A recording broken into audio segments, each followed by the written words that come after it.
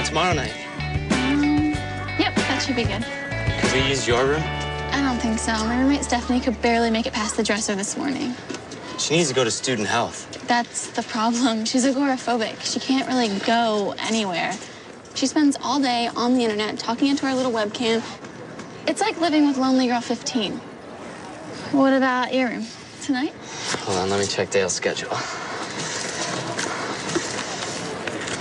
Is this weird? Trying to have sex around Dale's schedule? It's getting weird, right?